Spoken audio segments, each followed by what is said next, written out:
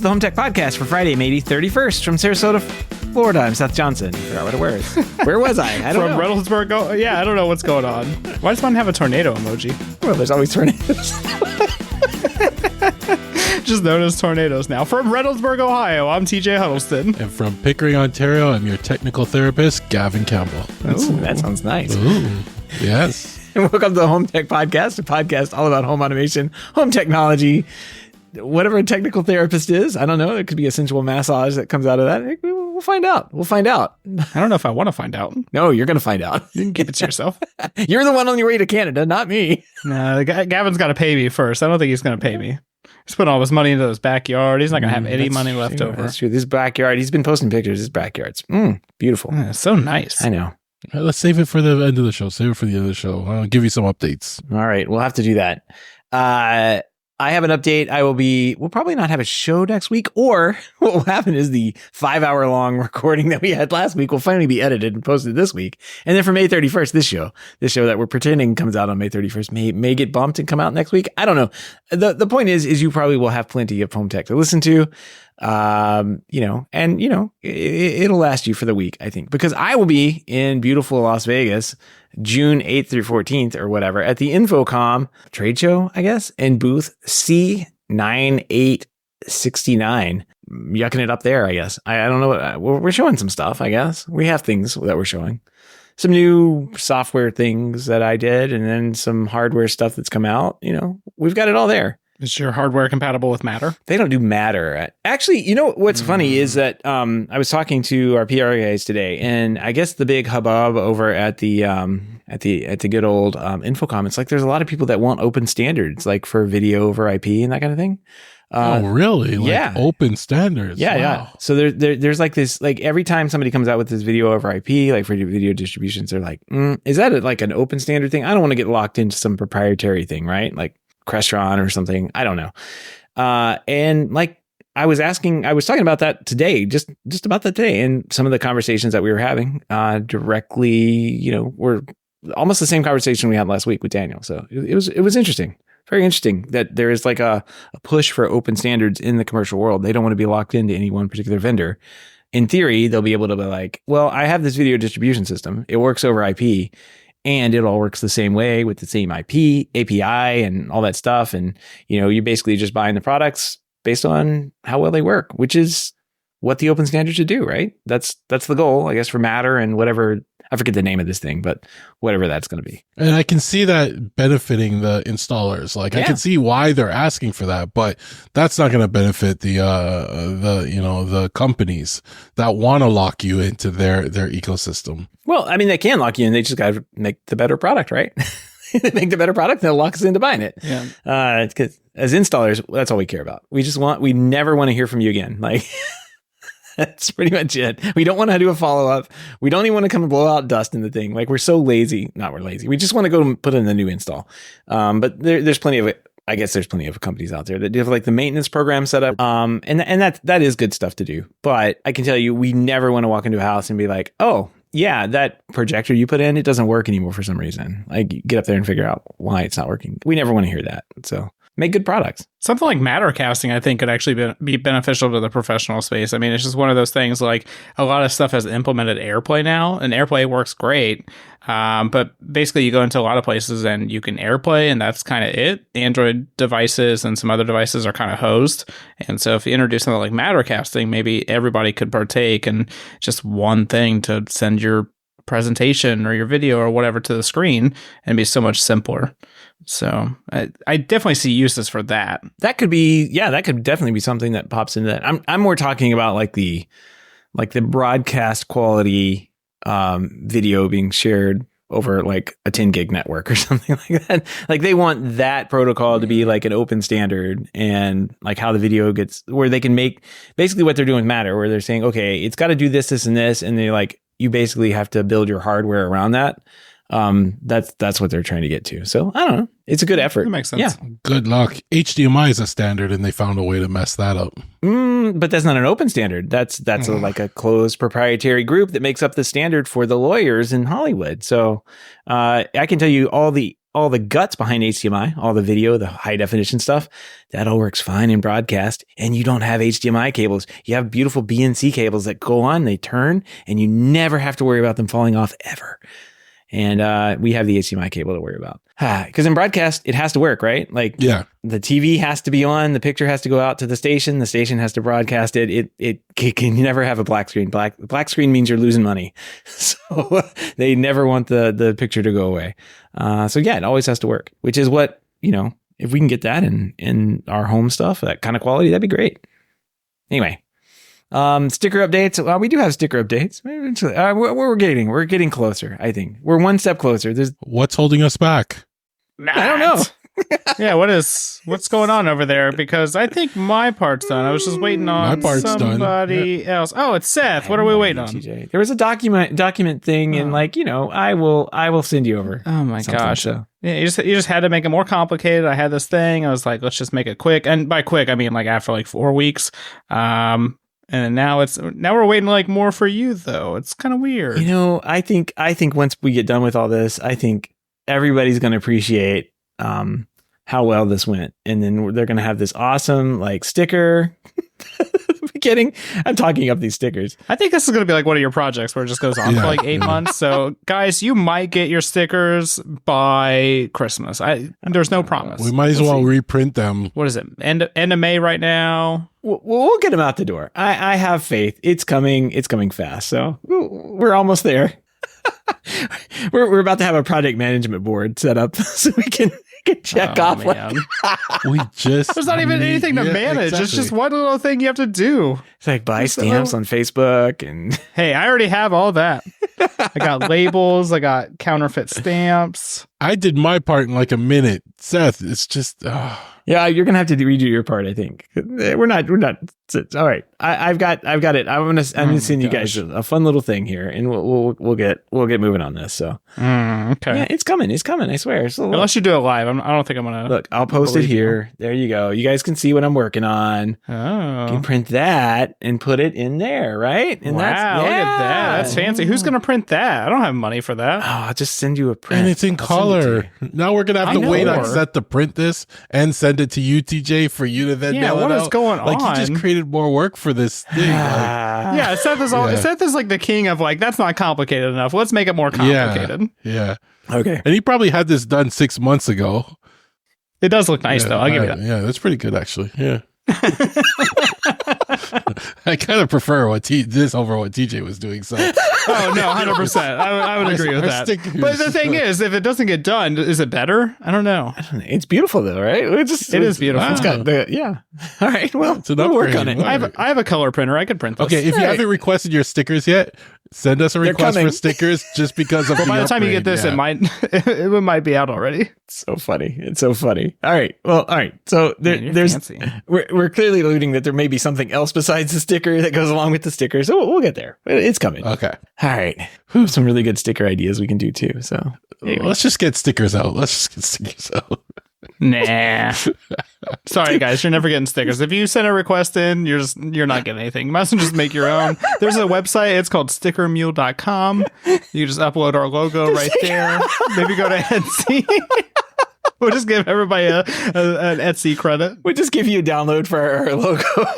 Just go find it. Make it yourself. Just take a screenshot of it. The amount of money we made off selling your data though is great. So we want to thank you for that. You are now all AI. Okay. Yeah. We're definitely being, the advertisement money is just so good. Sonos was going to advertise with us, but ruin that one. They heard I was going to buy the headphones and return them. They like that one, did you, Patrick Spence? Nope. Well, we'll find out in a couple months how good those headphones are from TJ when he gets them, right? Couple months. I don't know. Whenever they come out and are they're coming out June 5th, I guess, at Best Buy, and you know that they're not going to sell out of them. Yeah. So I'll be able to go in day of and buy them. Oh, nice. Okay. June 5th. I'm marking that on the calendar. And I think I should get the white ones. That way they look even more disgusting after I finish with them. Yes. I'm a pretty clean person, but I don't know. White headphones sounds like an awful idea. That just, yeah. I mean, yeah, that's an awful idea. Hmm. You just look at my AirPod Pros to confirm that. Don't look at the ones that stick in your ear. No, don't look at those. Yeah, Nicole looked at mine the other day. She's like, why are they so disgusting? I'm like, what do yours look like? Hers are pristine. How's that happen? She's like, I clean mine every day. And I'm like, all right, that is way too much dedication. I mean, I clean mine and maybe every day, but still, like... Every day? No, that's... What'd she have to do? Like boil them? Like, I don't understand. We did wash and dry one of them, so maybe that's how she's doing it. I did that too, and it still works. It's really good. Yeah, it works great. Good product. I have an AirPod sleeve that you put it in that you could dispose of to keep it clean. Oh, little AirPod condom. Yeah. Oh, I see. I'm just trying to give Seth an extra website to go buy now. AirPod condoms. AirPodcondoms.com. I got this little it came. I don't know. It's like a little pick thing. I don't even know where my wife got this from, but like it's like a little thing, and like you start taking it apart, and it's got like little cleaning things and like little brushes and stuff on it. So like I can use that to like clean the little screens and stuff out of it. And I don't know. That's fancy. I don't know what else I could use to clean. They're still ugly. Like my fingers are just like dirty, during the day. And that's where you have to touch them. We're just gross, I guess. Yeah, exactly. We're just gross. Yeah. Yeah. There we go. No questions. That's pretty much it. I guess into discussion. All right. Well, speaking of which, you can catch us on discussing things on YouTube. Not anything more than the show here. Like, we might post some stuff from time to time. On the YouTube channel, like a picture of our sticker. Yeah, TJ may do a recording of him packing up one of the stickers and sending it off to somebody. But YouTube has that link. Let's see, I don't even know that it's youtube.com. Search for HomeTech.fm. I think you can go to our website at HomeTech.fm, and there's a YouTube link right there at the top. You can click on, that'll take you to the YouTube channel. If you are listening on YouTube, thank you. And we also have the Mastodon server that we have set up. If you like home technology and all that fun stuff, and you want to join our Mastodon server, HomeTech.social. To get in, you just have to know the password, which is Gavin is great. I guess you fill that out in the form, and you just like instant approve, and that way we know you're not some kind of weird AI bot thing. So there you go. I rejected somebody this week, actually. Oh, why? If it makes it, I almost accepted them. I was like, oh, this looks like a fun bot to accept, like what would they be posting? But then I was like, nah, reject. I didn't want to, I didn't want to delay the signature for the stickers anymore by giving Seth more work. Oh man. Well, it's a good thing. I really enjoy. There's a lot of picture of cats on Mastodon. Do you guys get that on Saturdays? The Catter Day. Catter Day. Yeah, it's amazing. Yeah. National holiday. And I follow like Hourly Foxes or something like that, where they post a fox. Oh yeah, the Fox News, but it's actually pictures of fox. Yeah, and there's like the otter guy. He posts like otter photos. I don't know why I'm a fan of otters. No, you are. But it just adds some joy to my feed when I scroll through it. Yeah, and that's the thing. It's like this is one of those things. When you log in, it may be kind of quiet, especially on our server. But if you start following some people, and we have some suggestions for people to follow, like TJ and Gavin. Yeah.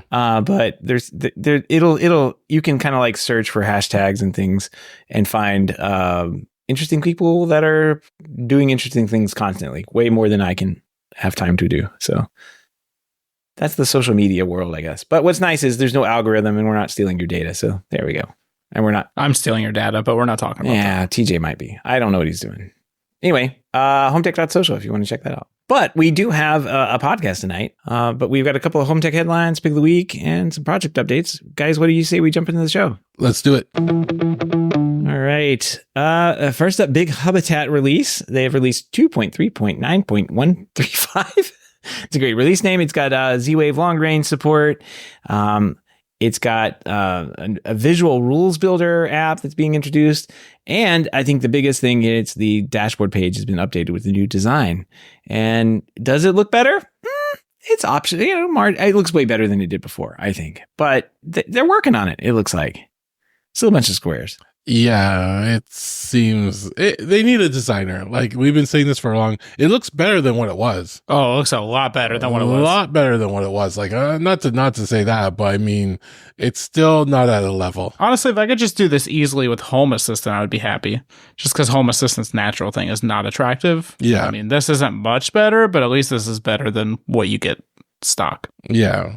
And they have their Visual Rules Builder app update, which kind of reminds me of like what was it, Node-RED type. It looked like a style, drag and so- drop thing, or like Yeah, so it's all great updates.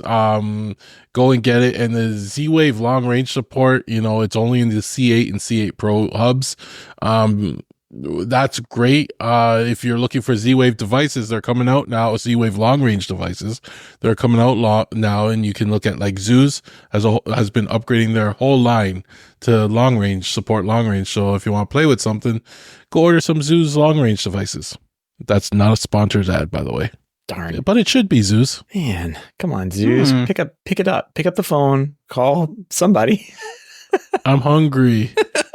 He spent all his money on a printer.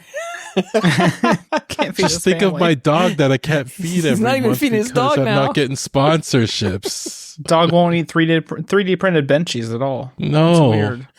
Well, here's a pretty cool update from Home Assistant too. Speaking of Home Assistant and their UI, there is in the latest version of the Home Assistant iOS app, there is a thing called Assist that's for iOS.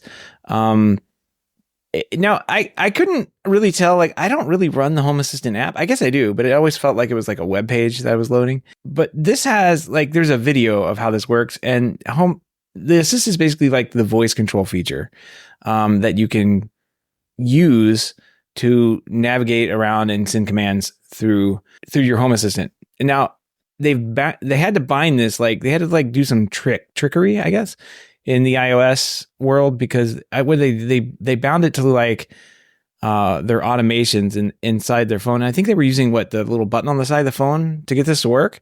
But man, the demo is really cool. I thought this is like a neat little demo.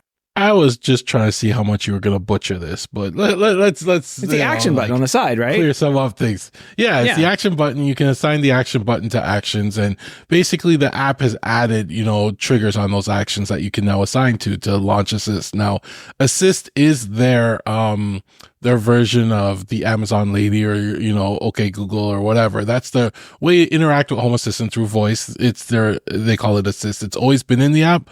But the cool thing now is you could actually tie it to the action button. Oh, and they also, okay. Because you can't override Siri. You're stuck with Correct. Siri. Okay. Right. That's what I Correct. use with I use the action button to trigger ChatGPT right now. So yeah, similar but concept. they also showed a trick because you can actually use the accessibility features to use voice commands. So then you can tie a voice command to trigger Assist, so that opens up and answers your request, so you can make your own wake word, and then it would open up the Assist, and it would be listening at that point, and then you could talk to it, like similar to Siri, but they showed where the drawbacks are in terms of it's slow. Yeah. It's not as fast responding as Siri and stuff like that. But it's cool that they're looking at this. It's cool that they're playing with it, and just even tying it to the action button is really cool, because I do use ChatGPT a lot on my phone. Like sometimes I just launch the voice and have a conversation with it about something I'm working on, maybe on the car, and it will actually.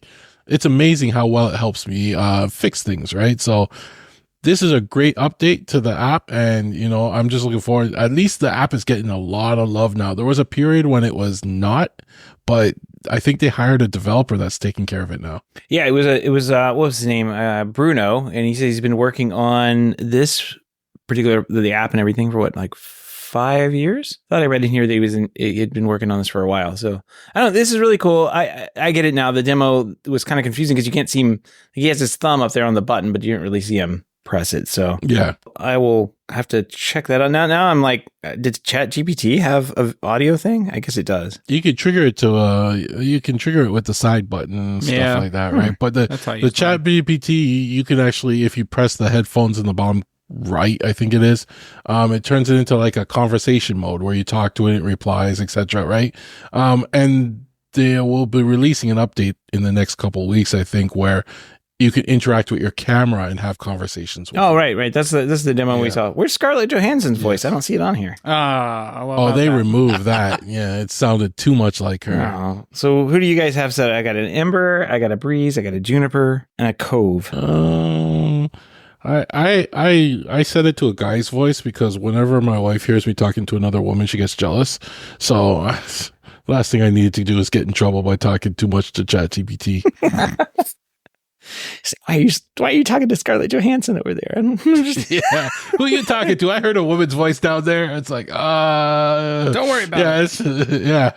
Whereas otherwise, it's who are you talking to? Oh, the boys. Okay. I guess I've never actually pressed that button in the corner, but yeah, I see it now. I always just go in and start typing things. No, it's really cool because I'll be working on something. I press it and put it into like conversation mode, I call it. And I'd set the phone down and I'd just be like, oh, I have this knob, how should it be set? Blah, blah, blah. And it will tell me exactly what to do and everything without me having to, press or type or anything like that.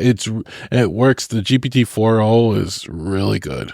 I've been hearing about the 4o. It's there. It's good. All right. Well, I'll have to check this out. I don't know. We'll see if I'll check out the Home Assistant Assist thing. I don't know. Like I said, I don't really use the app very much. The Home Assistant right now for me is basically acting as some glue between a few things, and I'm not using very much on it other than some like automations, I guess you would call it, like to tie this device to that device and make sure they turn on at the same time. The Assist isn't as good as like, the Amazon or the Google. When it does the basic stuff, turn on and off, etc. But, if you want to know what the temperature is outside and blah, blah, blah, the Assist isn't not there doing yet. It, yeah.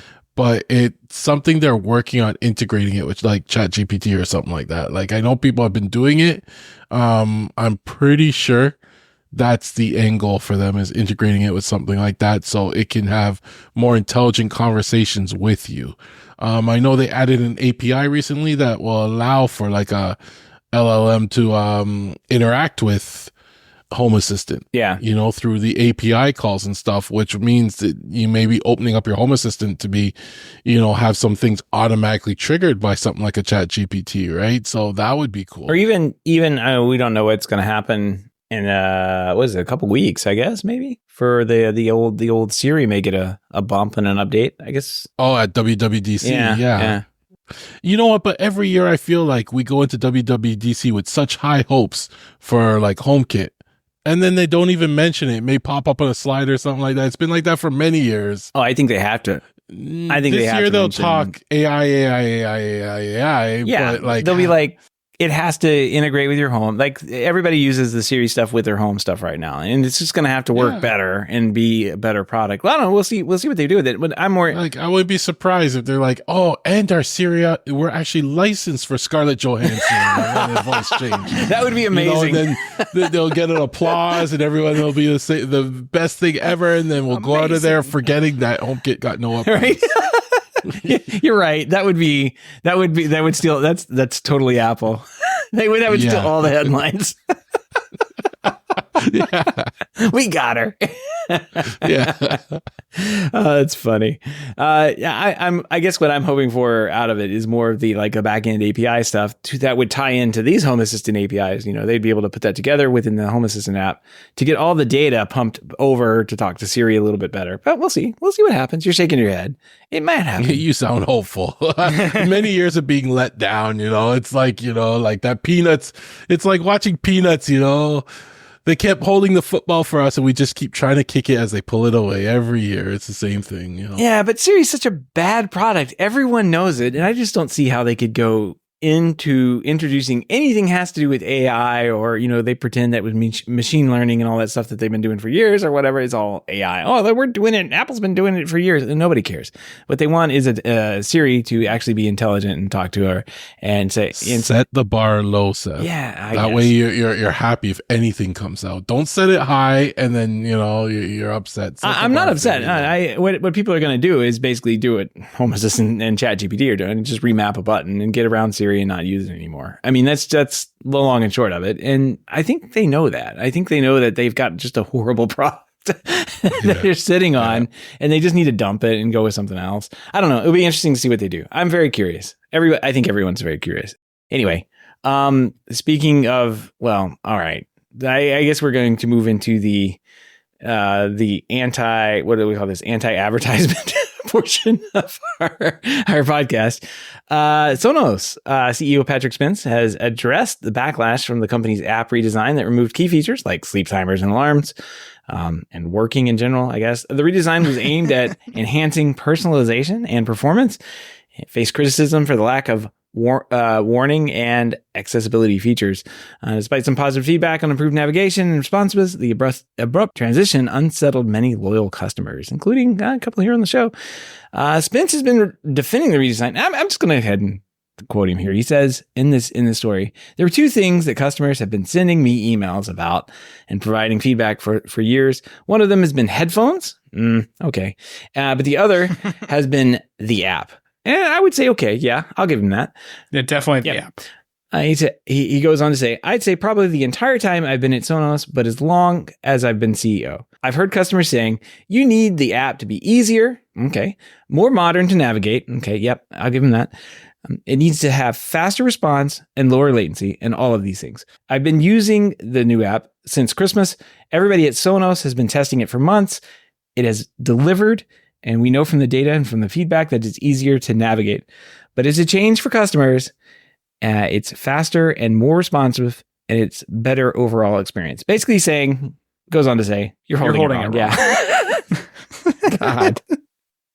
I think you completely missed the whole problem with what they did. But yeah, I mean, that's the decision. The whole thing is weird, right? Because it's like, first of all, I believe that you guys tested it for months, and it's probably only been like 4 months.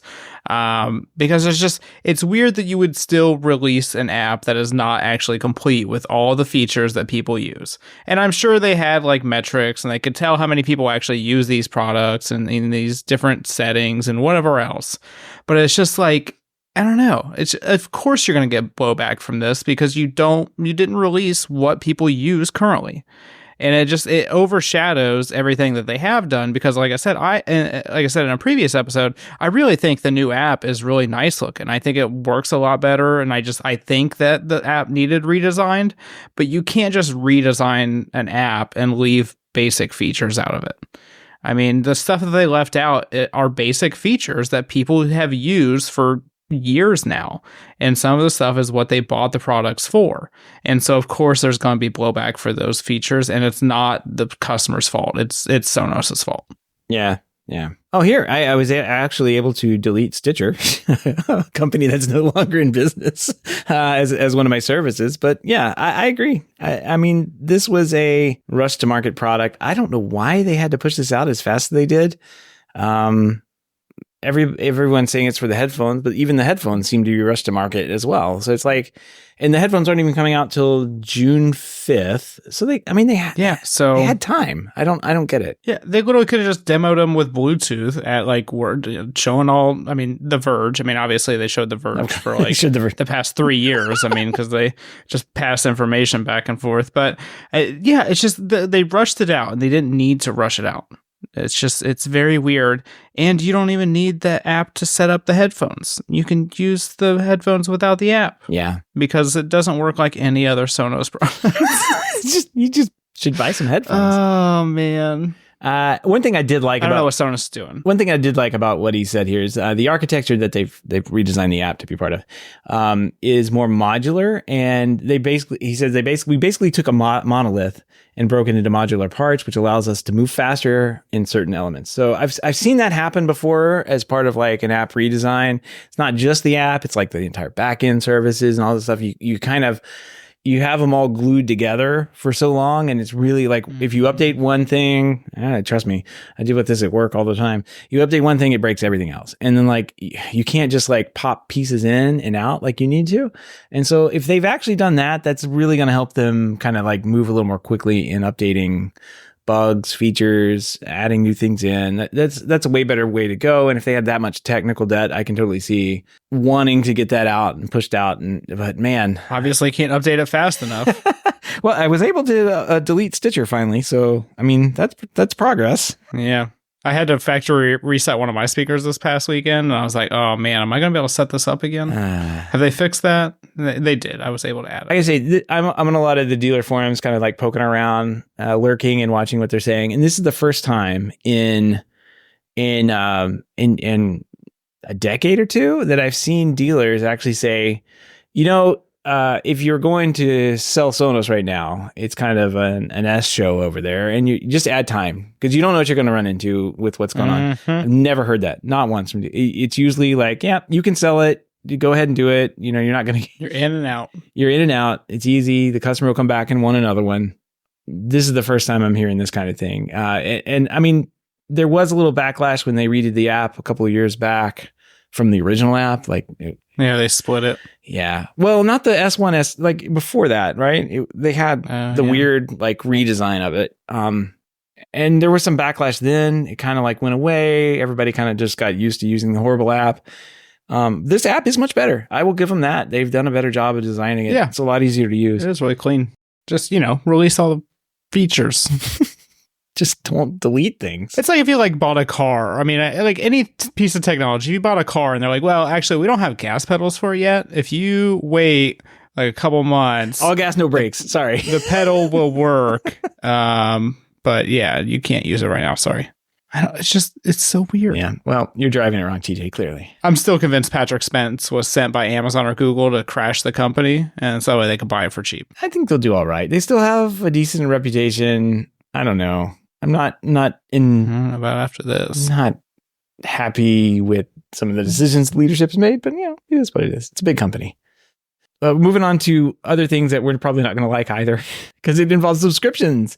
Amazon is upgrading Alexa with generative artificial intelligence and plans to introduce, here we go, monthly subscription fees to cover all the technology costs. The new version of Alexa will offer more conversational capabilities to compete with AI-powered chatbots from Google and OpenAI. Subscription will be not be part of the Amazon Prime, and pricing is yet to be determined.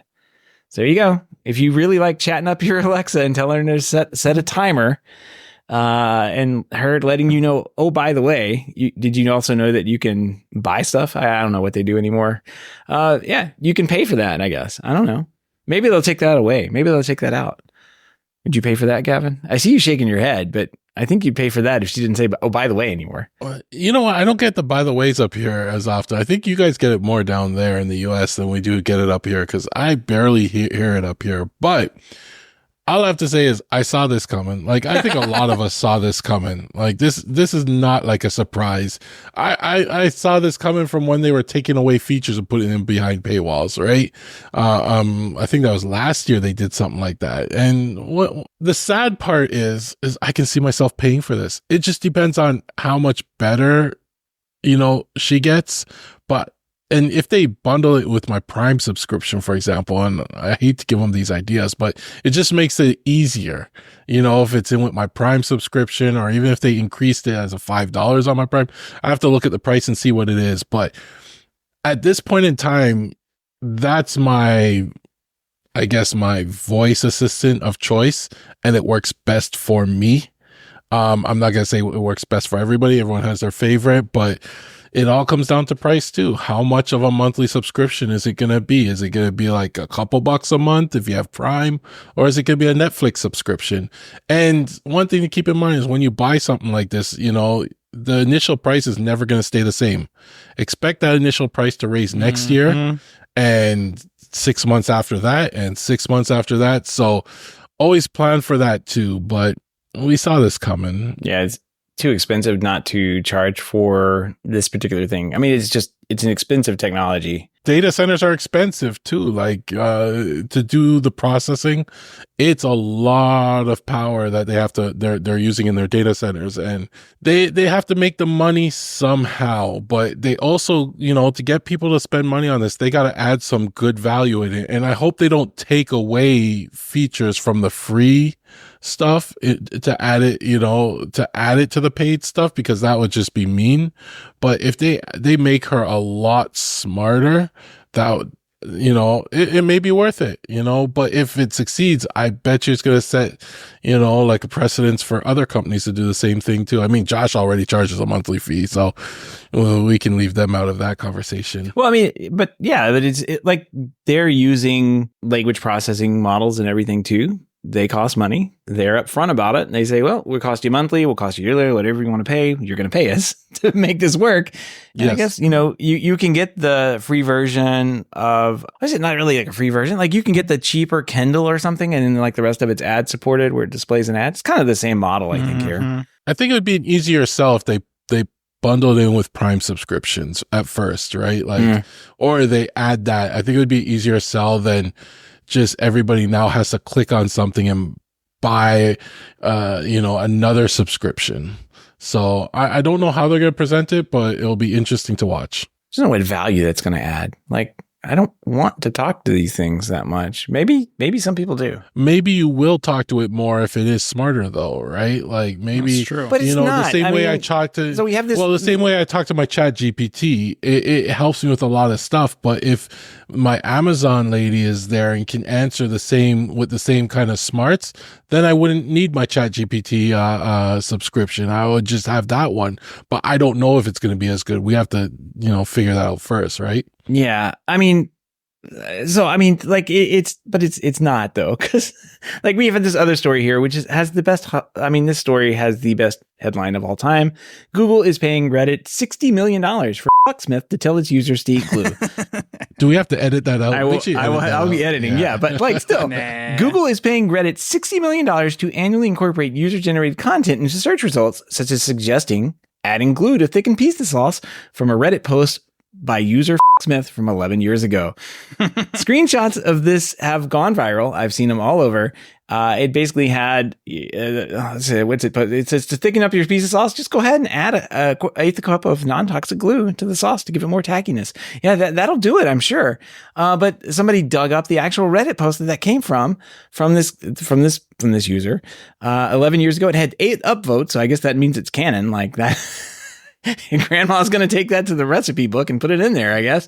Holy cow. I mean, this isn't good. Like all of this stuff, like they need to shelve this feature. Like Sonos needs to shelve a new app. I don't get this.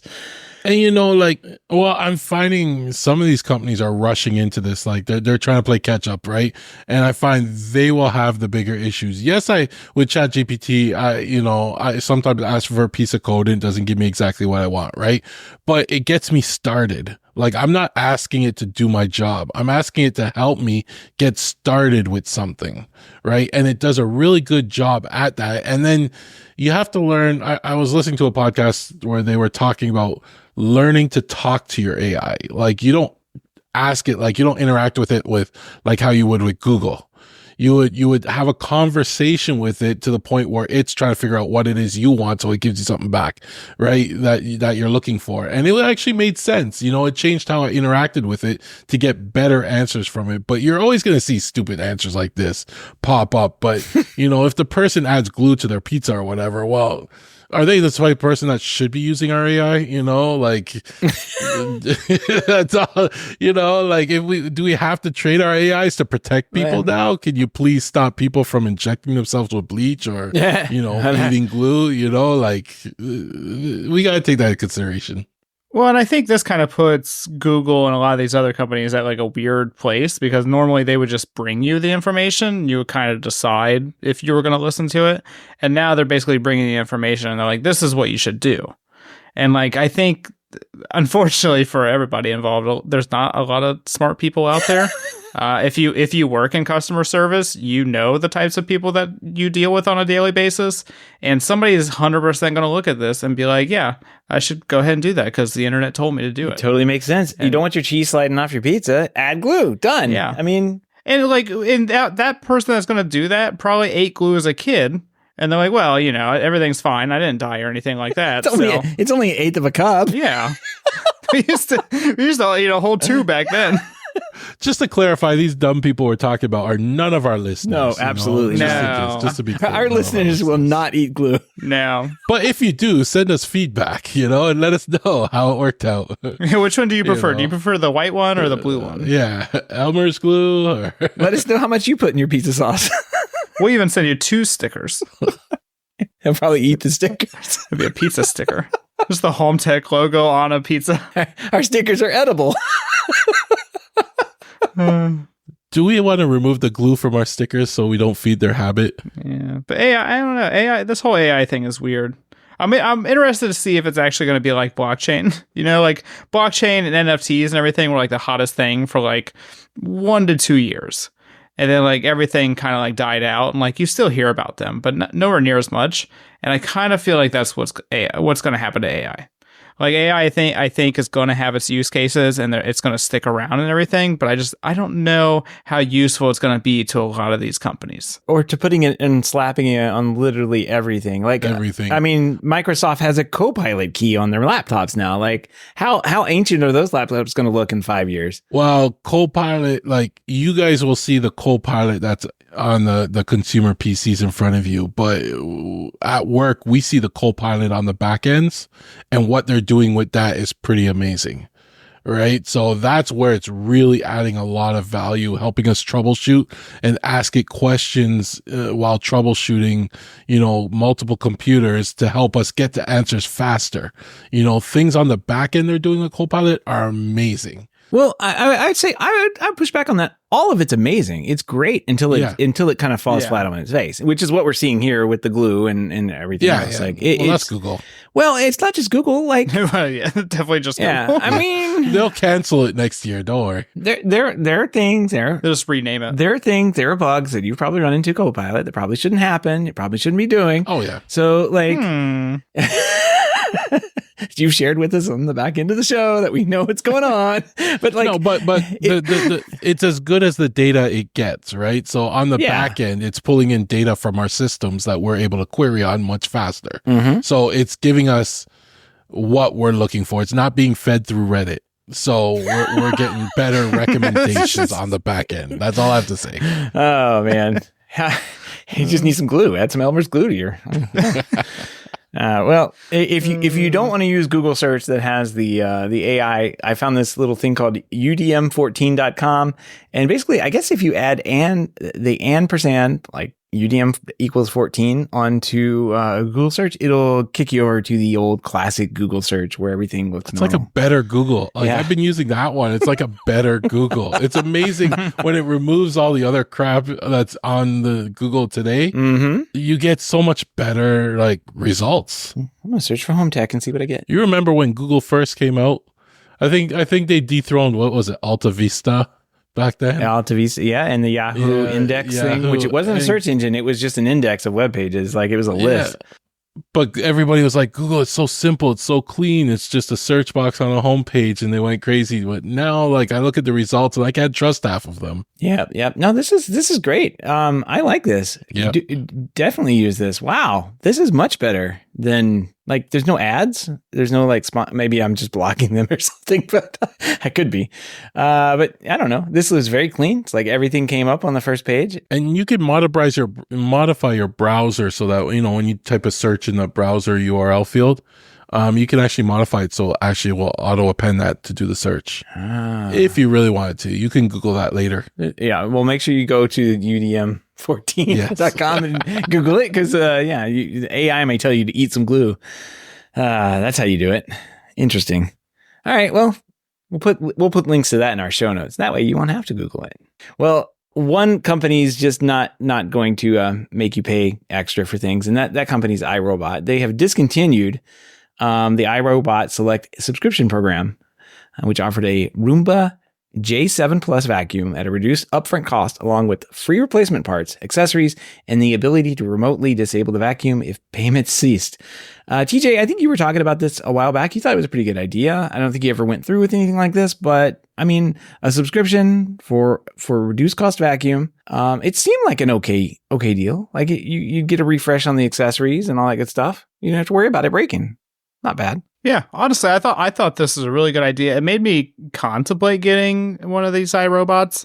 I never went through with it. I think I ended up getting the Dream Tech anyway, and then I haven't purchased a robot mop or anything yet. But I thought this was a good idea because it's only $29 a month. You have to pay like $100 activation fee, but that's a lot better than paying $850 out of your pocket. And it kind of just makes it more accessible for everybody. And it's one of those devices, I think, that every time I talk about my home automation setup and what I have going on at my house, I would say the majority of people I talk to that have anything that I have, they all have a robot vacuum. It's just one of those super easy devices that people have, and everybody can kind of use it.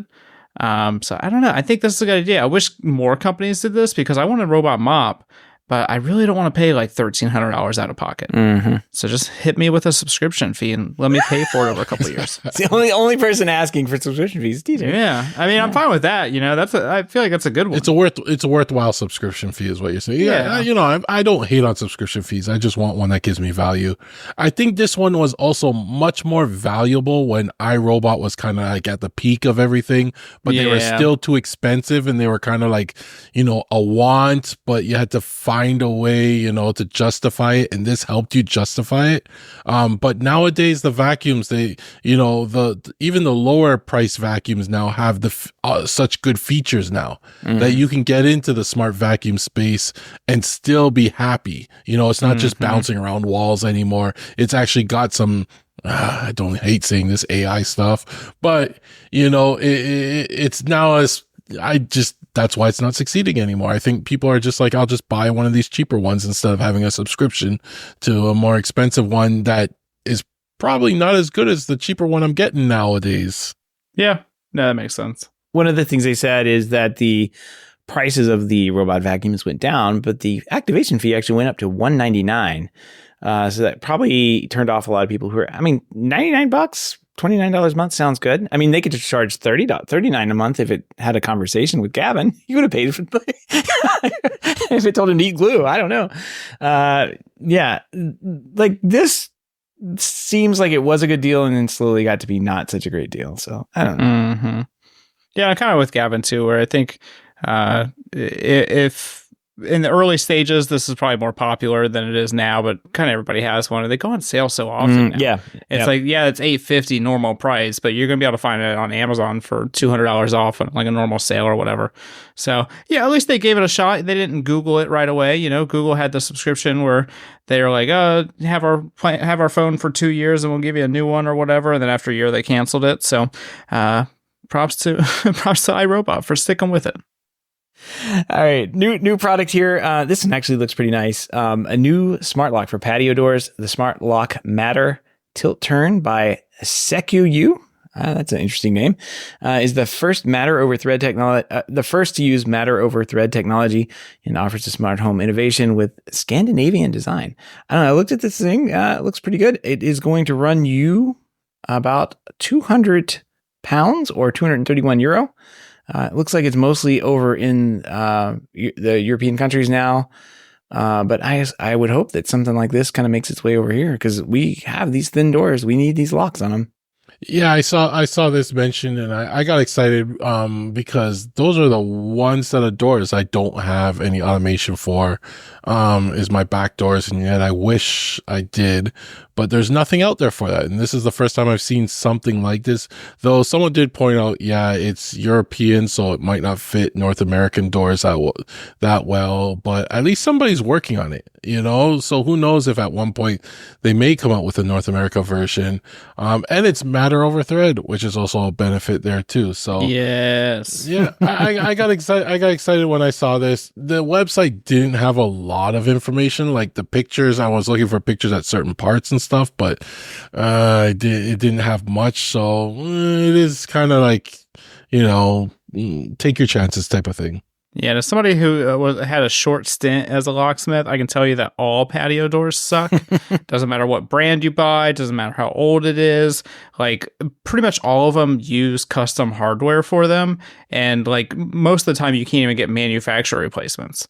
And so a lot of times when you go to people's houses around here, their patio lock has failed and they have, like, a stick or a metal bar that keeps the door locked because that's literally their only choice. The old stick, yes, I remember my grandmother had one of those. Yeah, it catches me every time. I go to somebody's patio door. I'm like, why would it open? There's a stick down there. That's funny.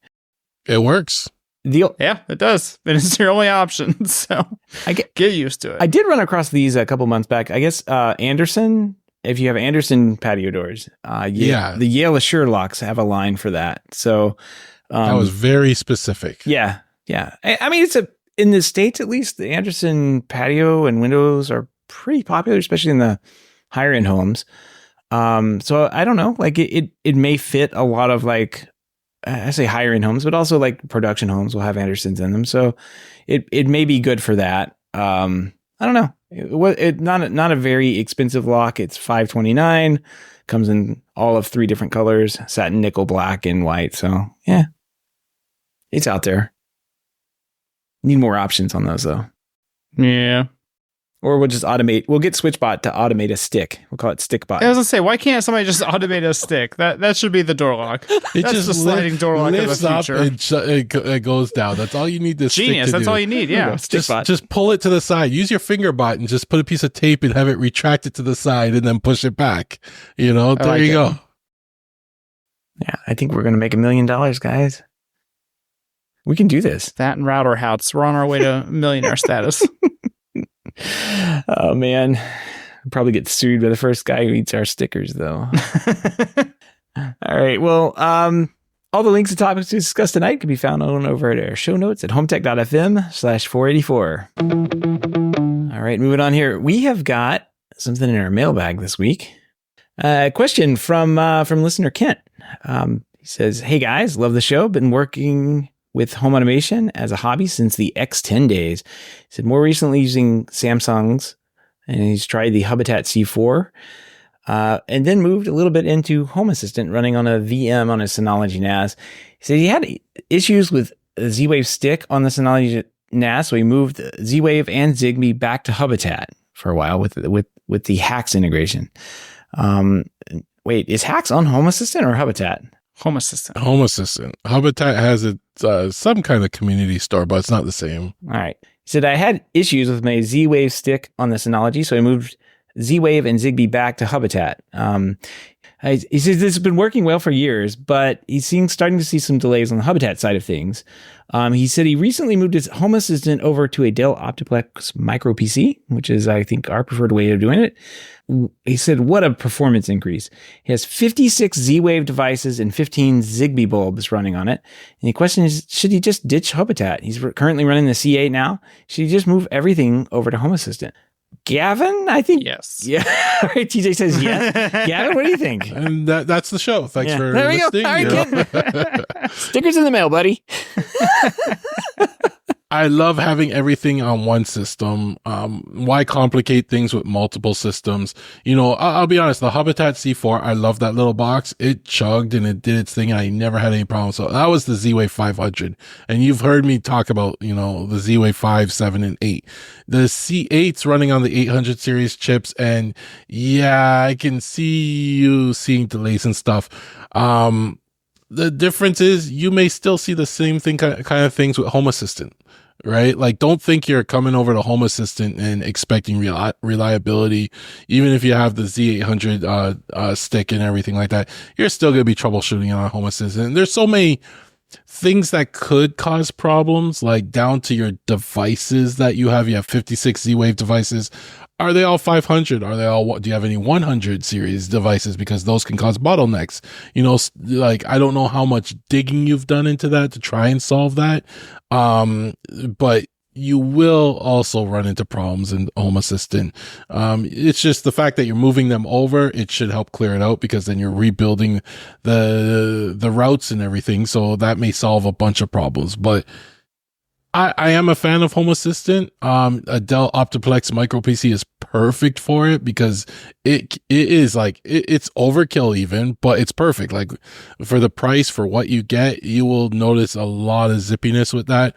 And yeah, I don't think you need the Hubitat anymore. If you're going to have Home Assistant. Yeah, outgrow it, do you think?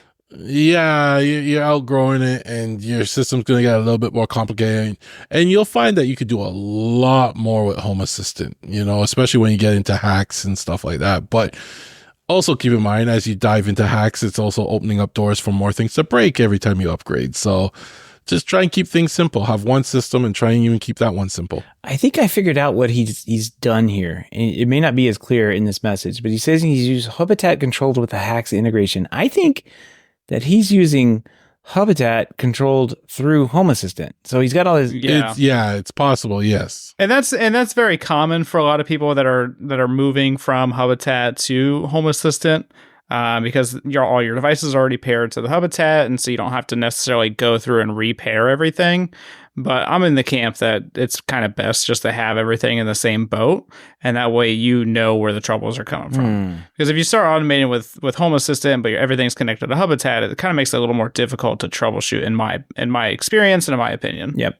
I think I'm kind of in the same boat because I use the Control 4 stuff, and I have a little bridge that kind of shoves it over into Homebridge, which runs on my Unraid server, right? Mm-hmm. So it's basically shoving all the Control 4 controlled lights and switches and junk over to Homebridge, and Homebridge is rebroadcasting all that information for HomeKit to integrate with.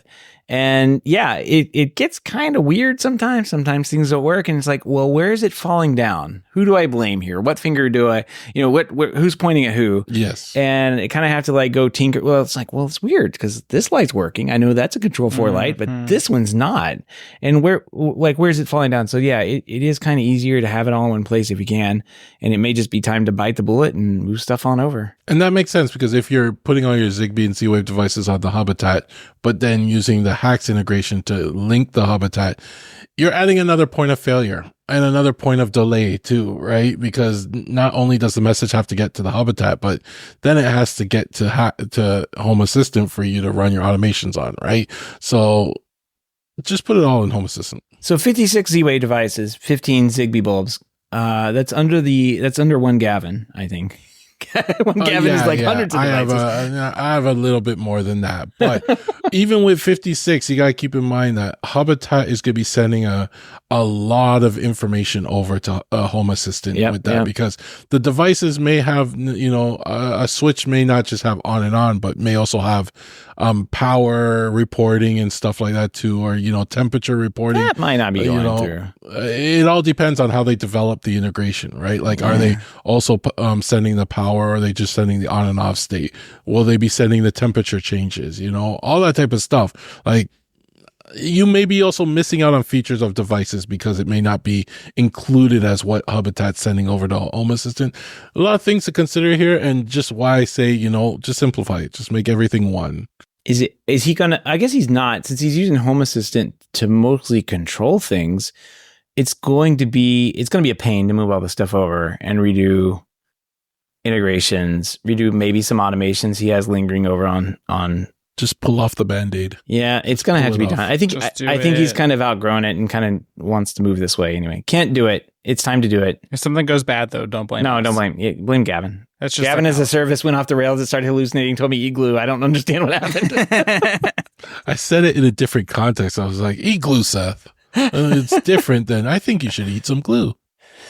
And make sure you have batteries on hand, because I always find whenever I'm excluding and including Z-Wave device, any of these devices, you're going to drain batteries. So always have some extra batteries on hand. All right, too good. Well, let's move on here to our pick of the week. Good luck, Kent. It should be fun. It's a project. Save it for a rainy day. And you got nothing else? You just go around and unidentify things and move stuff over. That'll be fun.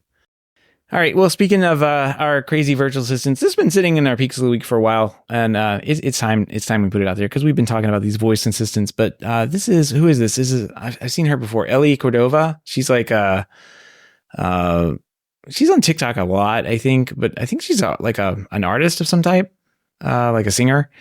But she has a really good video here that kind of goes through all of the assistants and how well they work. It's a very, I've seen a couple of her things with fonts, which are really funny too, where she kind of has different personas set up as different fonts. This is kind of the same thing where GPT, it's all that like Siri and Alexa and everybody's kind of sitting around in a room having a conversation, and OpenAI walks in the door. It's like, uh-oh. So it's a really funny video. TJ, I know you like this one especially, but go check it out. We'll put a link to it in the show notes. Yeah, it gave me a good chuckle. Yeah. I feel like it's pretty accurate too. So I felt bad for Cortana. Yeah. Bixby got the worst of it. Yeah, right. Poor Bixby. It's good stuff. Good stuff. Go check it out. We'll put Clippy makes an appearance too. So we do have to point that out. I forgot about that. I'm watching this again, but yeah, this is great. Oh man. Too funny. All right. If you have any feedback, questions, comments, picks of the week, or great ideas for a show, give us a shout. Our email address is feedback@HomeTech.fm, or you can visit HomeTech.fm/feedback and fill out the online form. All right, big project updates this week. I think mostly, I don't know. Whoa, what is this? There's something TJ's put here. But Gavin, let's start with you. You've got some big news. Whoa, look at TJ's news. What? I know, right? Right? Okay. That's a tease. We're getting I'm the opening act. I'll be the opening act. So this week, I finally put together the Prusa MK4 that I ordered. It took me about 4 days to do it. I did a couple hours every day. And you know what? It was an amazing experience to put it together because I feel so comfortable with this printer now that like I know it inside and out. So when something happens, I have to pull pieces apart. I know how to do it. It's awesome. I still have the MMU3 to do, which is going to be another 8 hours probably. And I still have the enclosure, which is probably another 8 hours. But by the time I'm done all that, I will know this printer inside and out just in time to probably want to sell it. But my first, it was amazing because after I put it all together, I was afraid to plug it in at first. So I ate all the gummies and then and those that put together Prusa knows what I'm talking about. But wait, then what? I plugged it in. Wait, is this why you had so much import? Yeah. So when you get the whole thing about Prusa is when you're putting them together, it's actually in the instructions. They send you a pack of these Haribo gummies, right? Yeah. And it's actually in the instructions that when you reach certain milestones, you're allowed. They give you instructions to eat 5 of them. That's good. Or 6 of them. And they give you a little history of, the gummy was invented in Germany and stuff like that, right? So it was really cool, and then at the end you get to eat the remainder of them. So, it was nice reaching the end. But the best part about it is when I plugged it in and booted it up, it went through its config checks, like it checked all the parts of it and everything passed. And I was like, yes, I did it all right the first time. And then I just fired off like a test print right away and bam, it was so good. So it came out great. So I'm happy. And now that I have the MK4, I also have an MK3S Plus. I know what I want in a printer, right? Like it's so nice to not have to worry about bed leveling anymore. One less thing to tweak, one less thing to worry about going bad. Like it all just does it for you, like it's a nice printer, and it's twice as fast. Nice. Right. So it's really fast. So I have 2 of them right now. And the one thing I'm looking for is I need a printer desk, something for my basement. I don't know if anyone has any recommendations, but I want something big enough to hold 2 printers. Yeah, I said 2 printers. I think you just need one of those like workbenches that they sell like Home Depot or whatever, something like a Husky workbench. Solid, like that doesn't wiggle, because when it starts to wiggle, it throws everything off, right? So, I see I'm looking for a solid bench to get into my basement that I can really put these on so that, they don't shake a lot. And yeah, it's the beginning of my print farm.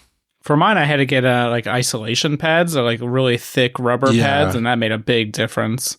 I've heard of people using like cinder blocks or other stone pavers and stuff like that as well. Yeah. So the best part about it, all of this is, I was able to record this podcast because the wife hasn't realized that I've got a new printer yet. She's still alive. She hasn't realized that because they look so much the same, she doesn't realize that the one I have in my office is not the one that was downstairs. She thinks it was the one that was downstairs, and maybe I just brought it upstairs and I was tweaking it or doing something with it. So it hasn't clued in. One day she will realize that deja vu or something like that. She's seen this somewhere before, and wait, there's 2 of them. But yeah, for now I'm surviving. Build it myself. Just say, oh my gosh, that one printed that one? That's amazing. It had a baby. It's a modern miracle. But she hasn't clued in yet, so I'm alive. I'm good. I'm good for now. So that's my journey this week with the printers. Oh, very cool. Very cool. I don't have much updates on my end. Been pretty busy with work stuff and home stuff, and school is over. So I did have something I wanted to bring up, but I forgot what it was. But I did get these. These are amazing. My wife gave me these things. These are like, can you guys see this? What are you showing me? Yeah, show you, TJ. I don't know what to say. Like, should I be seeing that? It's a tea bag. All right. So. Oh man. Can I see the other side of it? So these are like the finger glove thing. Oh yeah, I saw it. It's got little lights on it, so you turn them on, and while you're working, like in a rack or something like that, you can you can get in there and your fingers actually have the flashlights That's on them. really cool. It's like finger lights. My wife found these and I opened them up. I'm like, I really don't know what to think about this. And then I tried them on and I was like, oh, wait, that's a great idea. Like this, I mean, it really makes a difference. Like you can go sense. And your finger right where your fingertips are. You don't have like usually I walk around with the headlamp on and my wife will be like, hey, and I'll look at her and that's the and then now you can point at her. Yeah, I can point at her. A finger guns. What you want? There you go. You're good to go. That would have been great. Not to turn it back to me, but that would have been great for assembling my printer, right? Because there were a number of times when I couldn't see properly and I had to pull up my flashlight to see That would have been awesome for that. I'm gonna look that up actually. Yeah, Amazon. I think great, a great idea. I've never seen anything like this, and yeah, no, it's really cool. So. I hadn't even looked up how much they were, but I mean, can't be that much. They were like little pieces of cloth that look like some underwear, which I was holding up a minute ago. I see. Are those the Perigo ones? They're like $12.99. I would say anything that gets the flashlights on the tips of your fingers, like those, like it's a great idea, and you'll be able to like touch any. Oh, here they are. Yep, $12.99. That's them. These are Moip Ajo. So. There you go. They're probably just white labeled stuff. Yeah. I'd totally walk around going pew pew pew. Does it have a party mode where they flash different colors? You'd be the life of the party. Yeah, right. Yeah, no, it's basically the on-off operation. They come with some extra batteries too, so I assume like if you leave it on, they're the little tiny batteries, little baby batteries. They're coin batteries, like 26. I don't remember what they were, but yeah, it comes with like 4 extra batteries. Oh, nice. And a little screwdriver to open the little screw port on it. But, that might be hard to see if you don't have... It comes with 2 gloves, so I guess... Yeah, there you go. If you need to change the batteries in one... They need to make one with a magnifying glass, too. There you go. But yeah, I would say pretty awesome... Pretty awesome product. I looked at it and I kind of laughed, and then I went and I was like, well, wait a minute. And she was like, oh, you can use it when you're working in your cabinets and your racks and stuff. I'm like, oh yeah. I went and tried it. Yeah, totally a great idea. Get them. That's a good idea. Better than headlamps for sure, because those get kind of bright and awkward to use. So anyway, they're always in the wrong spot too. Whenever you're working on that kind of stuff, it's like, here, let me aim my head a little bit lower here. Yeah, quick in my neck. All right, well, that's all I got. TJ. What is this? What's this here? What's going on? Yeah. So I think last week or the week before, I don't know, one of these episodes that Seth hasn't released yet, I talked about my robot lawnmower, and I was like, I don't think I'm going to keep my robot lawnmower. It's got some like software things that like you can't add like another user, and if I want somebody else to like do the mapping, I can't. I don't even know how to pair a different Bluetooth device to it. But honestly, I started thinking about it, and I have not cut my grass in like a month now at this point, and it's so nice not to have to cut my grass. That's how they get you. It's crazy. It's just one of those things that like I don't mind cutting grass, but I just go outside and it's cut. And because my yard is so small, it just within 2 hours my whole lawn is cut anyway, and so it just runs like once every like 4 days, and that's it. And so I've gotten like, I'm like the ultimate level of lazy now though, because I have the robot lawnmower for my backyard and it's all fenced in and everything. So nobody really knows I have it, minus the UPS guy. My front yard though, I was like, man, I really wanted to cut my front yard, but I don't want somebody to steal it. And so I haven't got over that fear yet, but I hired my neighbor to cut my grass. And so my neighbor cuts my front yard and my robot lawnmower cuts my backyard. It's a subscription service. Just think of it like that. It's great. I don't have to do anything now. God. I think I'm going to keep it like minus the weird, like a couple weird software things like I can't add multiple users and I can't like pair multiple devices. At least I can't figure out how. It's honestly worked good. And the app like doesn't have any issues. Every time I go to use the app, it works great. I think I'll work on finding it like a permanent installation location. But I think I'm going to keep it. It's been nice. What time do you let it go out and cut the grass?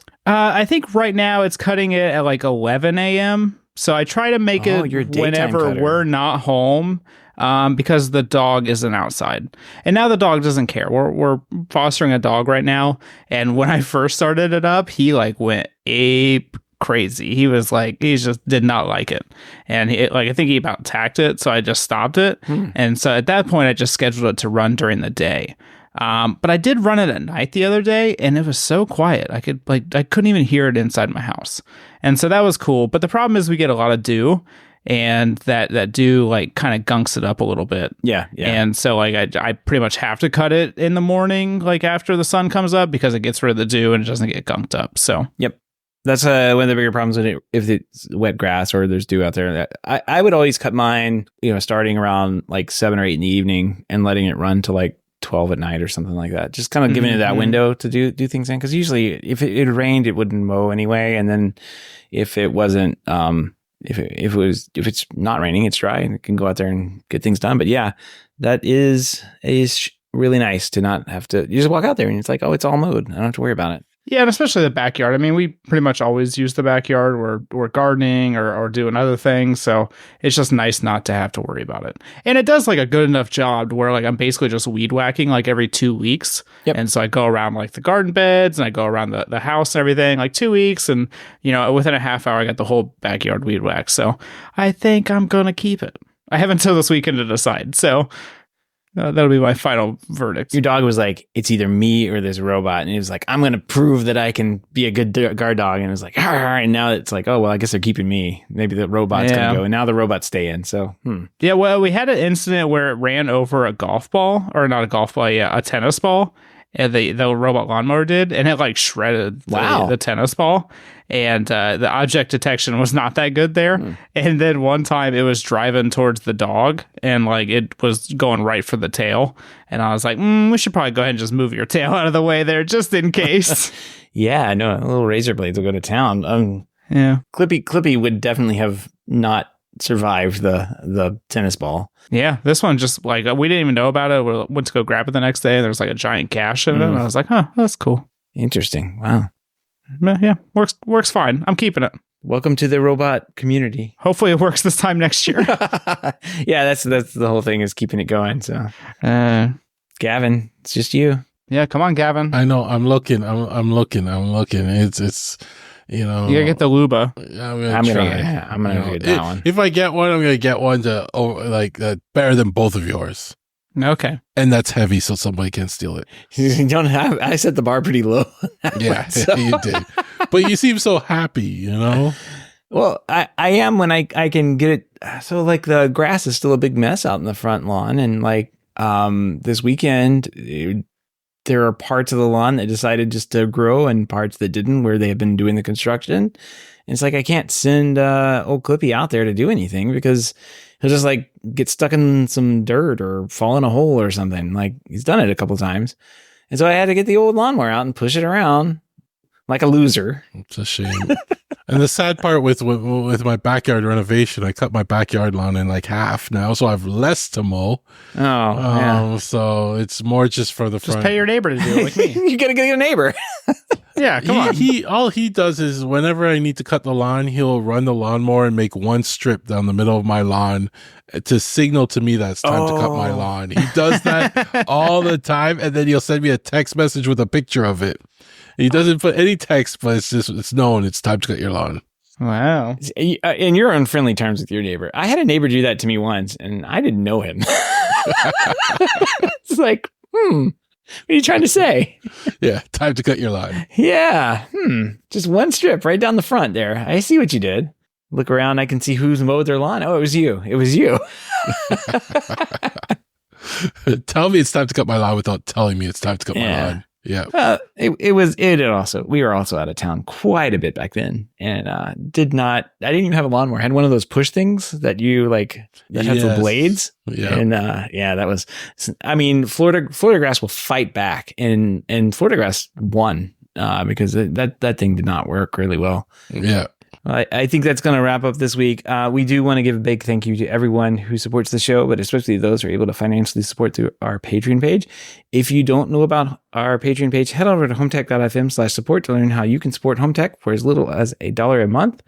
Any pledge over $5 a month gets you a big shout out here on the show, but every pledge gets you an invite to our private Slack chat, The Hub, where you and other supporters of the show can gather every day and talk about what glue recipes you you have, I guess. I don't know. There's actually been a lot going on in the hub as of late, and I have tried to participate. It looks like Richard's 3D printing things. Hooks. He's been 3D printing, hooks for, and that's what I have. I just kicked off just now some utility hooks for the garage. I'm 3D printing some as well. The mounts and mounting accessories are like one of the best things about having a 3D printer. Exactly. It's like, I need like a mount for the speaker, or I need this clip, and it's like, I'll just Thingiverse or whatever probably has one. You can go print it or design your own. Yeah, right? I'm not that fancy, but yeah, you could do that. There's lots going on in there. Seth is busy with Infocom stuff. Oh, and Owen's on YouTube. Oh yeah, I need to watch that. Yeah. It's seating. Oh, I binged it today. You guys haven't watched that? Is it good? It's very informative. I actually told him I liked it. It's not long videos. It's nice to the point videos. And that's why I like my videos. No fluff. I don't need an introductory paragraph or, any of that stuff, Some videos before they get to the meat, it takes like 3 minutes of watching. No, Owens was to the point, and it was interesting to see what he's been working with. So, give it a view. I subscribed. I liked, like all the ring stuff the bell, on YouTube. all that stuff. Yeah. Yep. All right, I'm gonna do that right now. Make sure I can get that into my watch later. But yeah, that's because he's an expert. So, like, subscribe, hit that bell, boom, done. All of them. I want everything from Owen. Podcast is really good too. Check that out. We'll put links in the show notes. Anyway, if you want to help out the show but can't support financially, we totally understand. Just appreciate a 5-star review on iTunes or positive rating in the podcast app of your choice to help other people find the show. That's going to wrap up another week here on HomeTech. Everybody have a great weekend, and we will see you next week. Till next time. Take care.